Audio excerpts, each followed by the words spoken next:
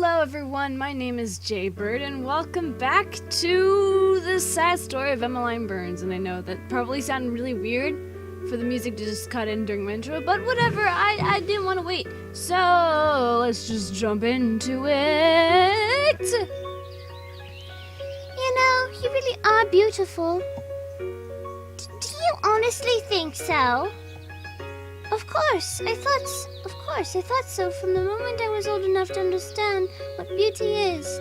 You are one of the loveliest people I've ever seen. Is that why you like me then? Because you think I'm pretty?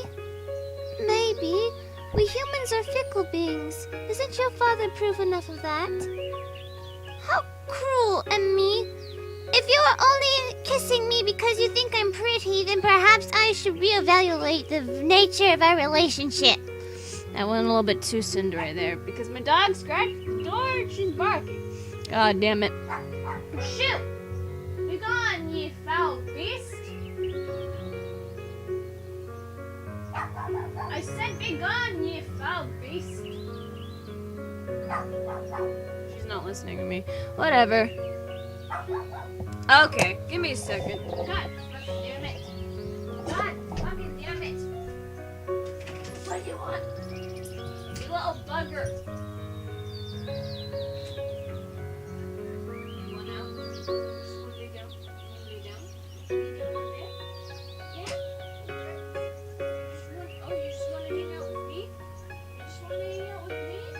I'm in the middle of recording a video, but I guess you can hang out with me, I guess. I don't know. You want to come out? Come over here. Come on. Yeah. Everybody say hi to my dog. She's Babish. She's Clover. Clover, say hi to the audience. Say hi. Give her microphone a scratch. Did you like that, guys? I love you, Clover.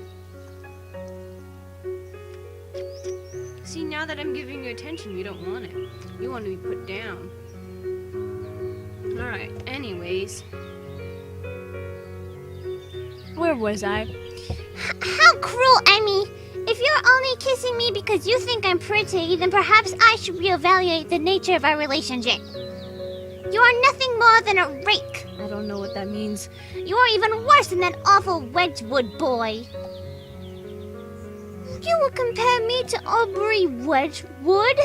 My dear Cornelia, I am wounded. I am nothing at all like that boorish fop. I don't know what these words are. Well, I wonder. He can be awfully insistent, too. It is not fitting for a young man. Man. Of course it is not fitting. Did you know he even deigned to take my hand during your mama's garden party last week? I've never... Your mama's. I thought it was gonna just be mum. Honestly? Indeed, I would have slapped him, Nellie, but had his mother not happened upon us. Did she scold him?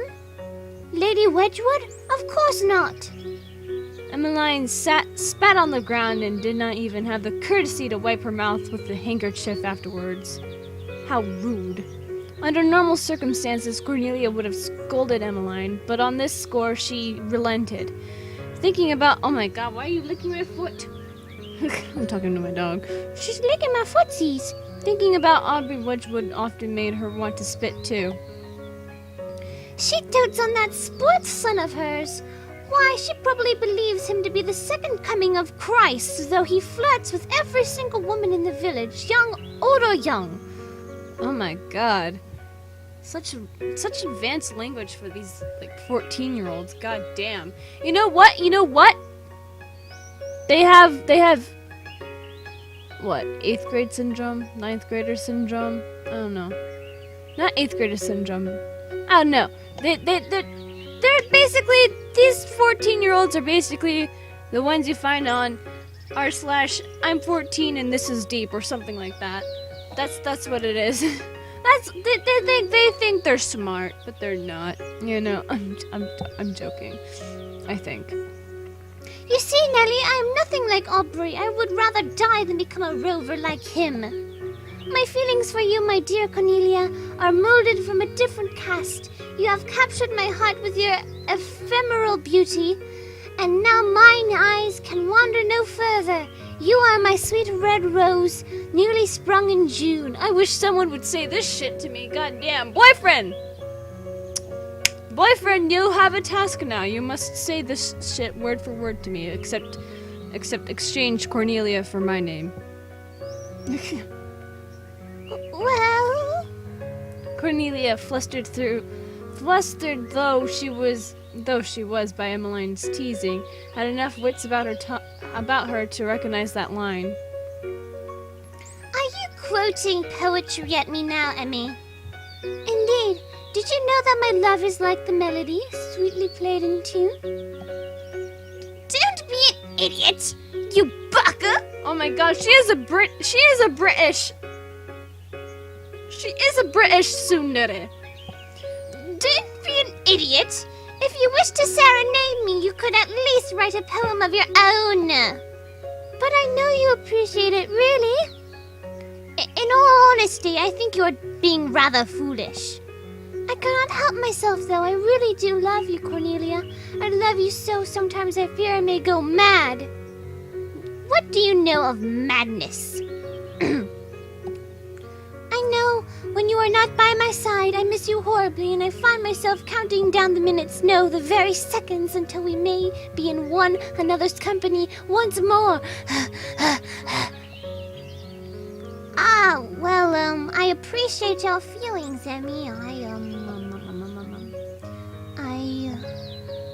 I love you too. Aw, I got achievement. Like a singing bird. Aw, cute. This is such a cute game.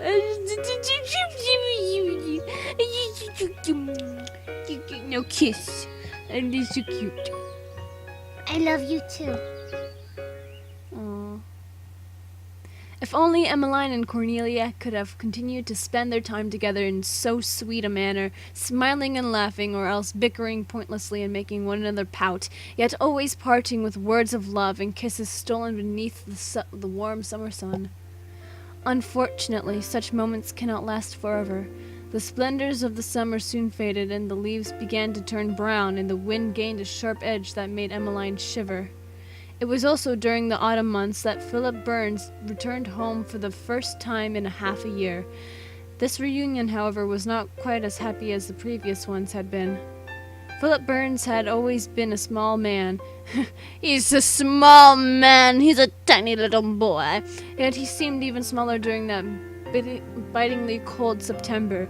He stooped more than usual when he entered rooms, if he entered them at all, for he had now developed a habit of lingering ghost-like about the thresholds of his own home, as though afraid of stepping inside. It was almost as though during his 6-month sojourn in London, I don't know if I said that right, I don't care, he had lost something crucial to his constitution, his sense of self, or else his soul. Philip's feet were still planted firmly upon the earth, but he was divorced from the world around him. He drifted about aimlessly, like a somnambulist. What the fuck? Yet was relentless within his dream world, incapable of sitting still for more than 5 minutes at a time. He looked at things without seeing them, ate food without tasting it, held objects without touching them. Once he tried to pick up his glasses during dinner and used so little force it slipped between his fingers, smashing into pieces against the floor. God, those are some delicate glasses. Even when he spoke to when I drop my glasses on the floor, they don't break like that. Then again, I don't drop my glasses on the floor that often, so I don't know. Even when he spoke to Emmeline, it was without any real feeling, like he was reciting words from a play script, and Philip Burns had never been a very good actor. He was not like Cornelia's father, who had so much huff and puff he could have blown down even the brick home built by the most industrious of the 3 little pigs. Philip Burns was far too honest, and that was the worst thing. It was because he was an honest man that Emmeline knew, though he tried to keep the truth from her. Something was wrong. Something was terribly, terribly wrong. But she did not know what. well, oh, no, she's wearing a cute little hat. And she's just being herself. Why am I wearing a hat and why is she not? Why am I calling me Emma? Why am I referring to my... Why am I referring to Emmeline as myself? What the hell? Okay, I gotta let my dog out. Because she wants to be outside of my room now. Yeah. See, that's all she wanted. She just wanted to come in and sit with me and then be like, actually, I don't want to be in here anymore, and then leave. They always leave. The cutest ones always leave me. Are you alright, Emmy? You're wearing your hat, your bonnet. You don't normally do that. Is the hair supposed to stick out like that? I don't know. Emmeline blinked, brushing a few strands out of hair out of her face. Oh my god. Okay. You got a little messed up there. A few strands of hair out of her face and turned. Why do you ask? Was my face contorted in a curious manner? Yes, that is a normal sentence. Yes, I don't see any problem with that. I mean, grammatically it is correct, but also, who talks like that? Hello, fellow kids. I talk like you. I suppose you could say that. You have been acting rather more despondent than usual, that is all. How do you know these big words? A cat-like smile crossed Emmeline's lips. She leaned forwards until her nose was only inches apart from her companions and said in hushed tones, Are you worried about me, Nellie? I was worried about you, but I shall not worry any longer if you insist upon acting like that. Emmeline only giggled, unmoved by Cornelia's protestations, and rearranged her hair. Seeing you blush always cheers me up, my dear Cornelia. So you admit that you were feeling unhappy earlier. Just a touch. I cannot help myself, not when Father has been acting in such a peculiar manner. He shambles about the house like an animated corpse, like the misunderstood creature from Mr. Shelley's novel. Oh, you're referencing Frankenstein's monster! God! Sorry, I almost slipped up there and just said Frankenstein, but hell no. I won't stoop that low. I've read Frankenstein too. It's Frankenstein's monster. God! Mr. Shelley? I thought the author of Frankenstein was Mrs. Shelley, not her husband. Oh, I am unsure of the details, Nellie. Mother says a woman could not have written such a twisted tale, and I do not know what I should believe. In any event, it does not particularly matter. Matter. It's Miss Shelley. Probably not, no. Emmeline ran a hand through her auburn curls, or at least she tried to. She soon found that her bonnet got in the way of this gesture, so she untied the ribbon beneath her chin and removed the offending garment. She let her bonnet sit in her lap as a mother might with a newly born babe, and played with the light green ribbon, twisting it about the wrist of her right arm. The sensation of the soft, smooth fabric, why won't you just say fabric? Soft, smooth material against her skin was comforting, like a caress. To be quite honest, I have been rather concerned about Father. Just this morning he missed a stair during his descent into the hallway and sprained his ankle. Could have broken his leg. But he did not? No, he did not. He does look rather undignified now, though, limping everywhere like an invalid. Oh, Emmy. Emmeline shifted, still playing with the ribbon of her bonnet. The look on Cornelia's face was too somber, I know it's somber, for a playful forest sprite such as herself, and it was unsettling. She did not want to think about her father. She had retreated to the Lintons' estate, despite the protestations of Miss Warren. You have not finished your history lesson, Emmeline. I doubt you could tell Queen Elizabeth apart from a hole in the ground. Ooh, that's offensive to me. Ouch! So she could avoid thinking about her father. This was rather new for Emmeline. She had always loved being with her father. Now, however, she found herself seeking any recourse available to her to avoid him. Seeing him like this, so small and sad, shuffling about his home like a repentant sinner, was too painful. When you return home, would you give your father my regards? Mother's awfully concerned about him, and you too, Emmeline. Humph. Beatrice Linton would be concerned. She has always loved poking her nose into other people's business. She is not doing it because she enjoys idle gossip. You should know better than anyone that my mother deplores that kind of behavior. She believes it to be most unpleasant. She could not help but feel worried, given what she has read in the papers lately. Your family has a great deal invested in the East Anglian railways, do they not? Don't talk to me about business, Nelly. I can't understand it at all. I'm sure you could if you tried. You have just been raised to believe that you should not bother. Gosh, you sound more and more like your mother every day. Emmeline exhaled, tightening the ribbon of her bonnet around her wrist so much so it started to hurt. Though the material was soft, intended for wear by young women with silken skin who had never worked a day in their privileged little lives, it chafed when she wound it as such about her wrist. It was strange, Emmeline mused, how something as innocuous.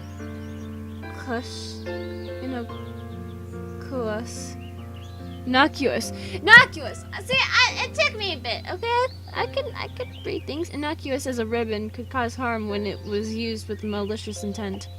Anything can be a weapon if you try hard enough. Even a spoon. Even a butter knife. This world was more dangerous than she had ever truly given it credit for. Even the lake, which she had often gazed upon with Cornelia, could be hiding some sinister secrets within its depths. I apologize, Nellie. I don't mean to snap at you. I have been rather highly strung as of late. It must be because of the atmosphere at home. Do not fret, Emmy. I understand. You do? Not entirely, but I will try to. I do care about you after all. Thank you, Nellie. The two girls looked at one another, unusually shy, hesitant, their faces lightly flushed. Then, with a tut, Cornelia leant forwards, brushing the tips of her fingers against Emmeline's wrist. You should not do that. What? Fiddle with your bonnet like that. Because it is unbecoming of a lady. Because you are hurting yourself. Your poor hand has gone white. The blood cannot flow through your body properly if you impede it like that. And your hands, by contrast, still appear to be red, Nellie. Emmeline giggled and began to unwind the ribbon from about her wrist. Are you still yet to master the sacred art of the cross-stitch? That is neither here nor there. I am trying to comfort you, Emmeline. And you have been doing a wonderful job. Gazing upon your many imperfections always cheers me up. Cheers me. You are so cruel, Emmeline. Sometimes I feel like you do not truly love me. You just love toying with me. Now, where did you get a silly idea like that? Emmeline smiled, with a touch less sarcasm than before, and leant forwards, then moving quickly as a kitty-wake. What? If I was British, I would probably understand this, but I'm not, so I don't. As a kittiwake might pluck a fish out of the water. Oh, I guess that's an animal of some sort. I don't know what any of this. She pressed a chaste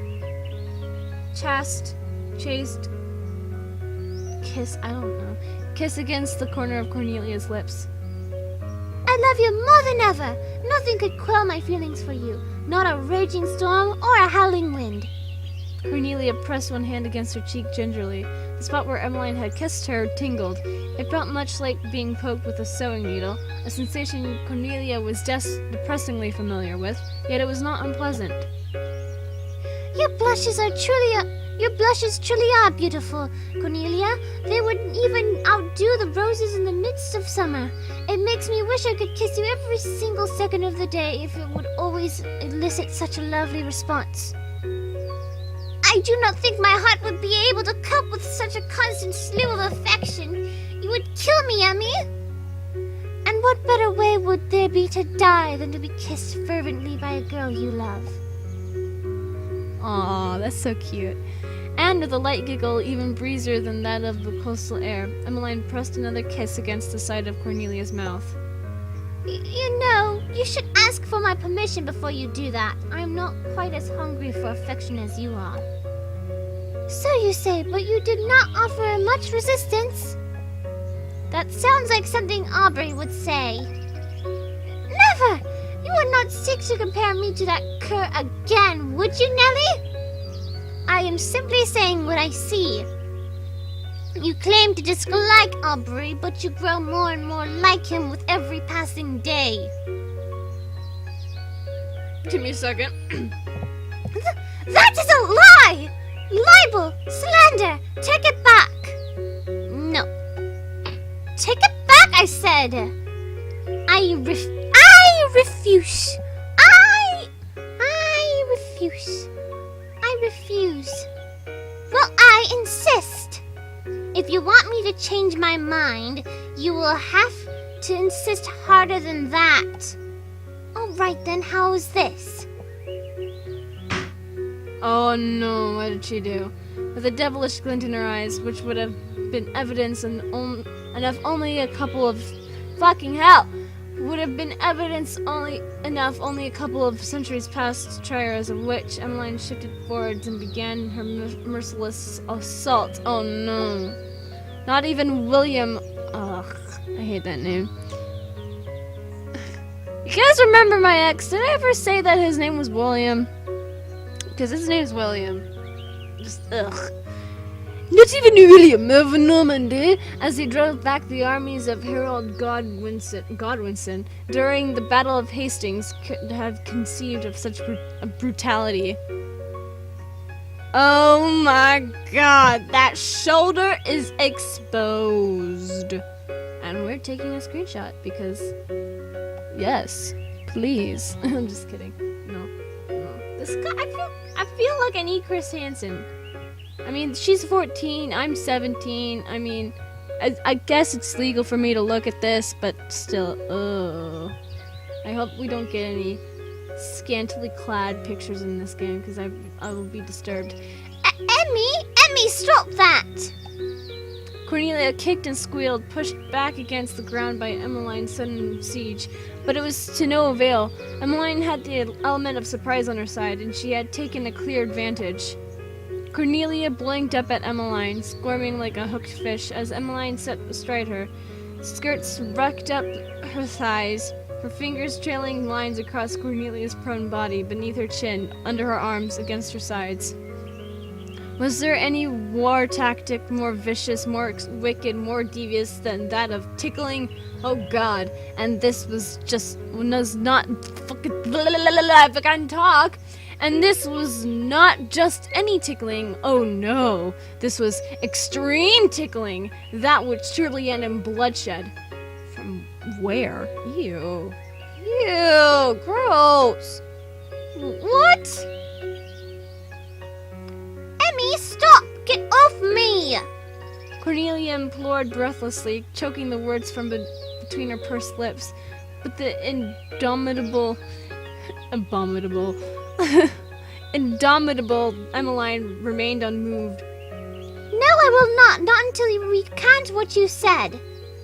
That you are like Aubrey? Indeed, admit it to be nothing more than a lie, and I may spare your life.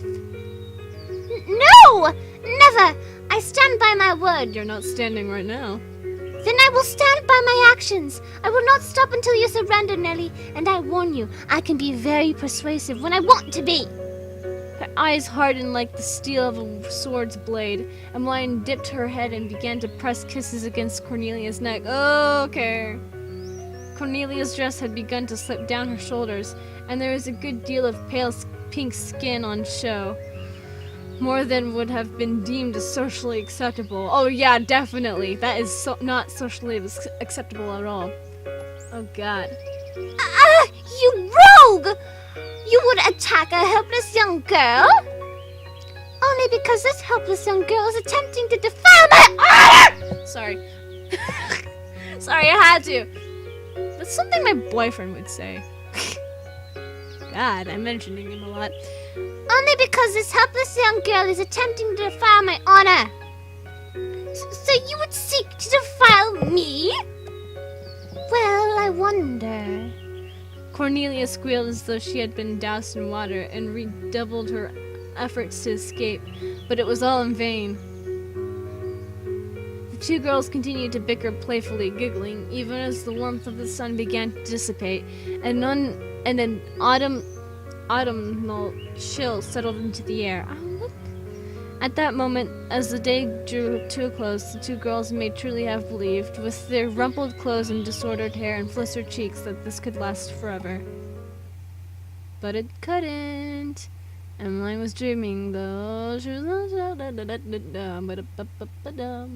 Well, guys, that's gonna be it for this episode of The Sad Story of Emmeline Burns. So with that being said, if you guys enjoyed this and would like to see more of this game, then leave a like down below, leave a comment down below, share it with your friends, subscribe if you haven't, ring that notification bell, and remember, die safely. Bye-bye!